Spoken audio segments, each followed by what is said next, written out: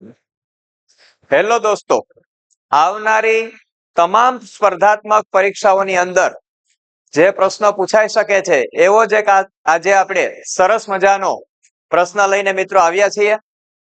જોઈએ આપણે પ્રશ્ન. નીચે પૈકી કઈ સંસ્થા, મિત્રો સંસ્થા પૂછેલી છે, સંસ્થા બંધારણીય સંસ્થા નથી. બંધારણીય સંસ્થા નથી. તો આપણે 4 ઓપ્શન મિત્રો આપેલા છે. ગુજરાત જાહેર સેવા આયોગ, નીતિ આયોગ, રાષ્ટ્રીય અનુસૂચિત જનજાતિ આયોગ અને નાણાં પંચ. આ 4 સંસ્થા આપેલી છે. તો આમાંથી બંધારણીય સંસ્થા કઈ નથી.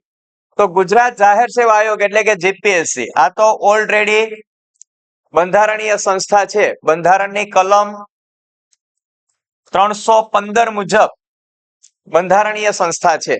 બરાબર. એ પછી આવે છે નીતિ આયોગ. તો નીતિ આયોગ છે બંધારણીય સંસ્થા નથી. વર્ષ 2015 ની અંદર આયોજન પંચને વિખેરી અને નીતિ આયોગની રચના કેન્દ્રીય મંત્રીમંડળ દ્વારા કરવામાં આવેલી છે મિત્રો. એટલે આ જે છે એ સાચો જવાબ આવશે મિત્રો. બરાબર, સાચો જવાબ છે નીતિ આયોગ આવશે. બરાબર. નીતિ આયોગનું કામ શું છે?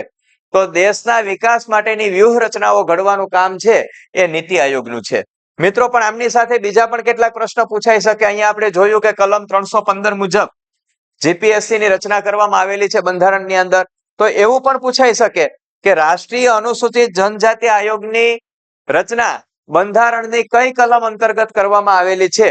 તો બંધારણની 338 કલમ મુજબ રાષ્ટ્રીય અનુસૂચિત જનજાતિ આયોગ ની સ્થાપના કરવામાં આવેલી છે. અને નાણાં પંચ છે, નાણાં પંચ પણ બંધારણીય સંસ્થા છે. તો નાણાં પંચ છે એ પણ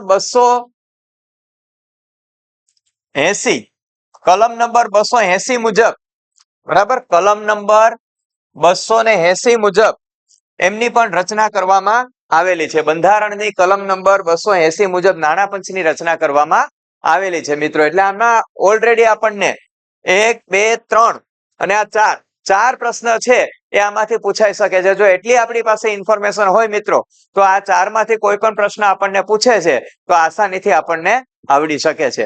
આવી જ ઇન્ફોર્મેશન મેળવવા માટે, આવા જ અવનવા પ્રશ્નો જોવા માટે અમારી ચેનલ સાર્થક એકેડેમી સાથે જોડાયેલા રહો. Thank you.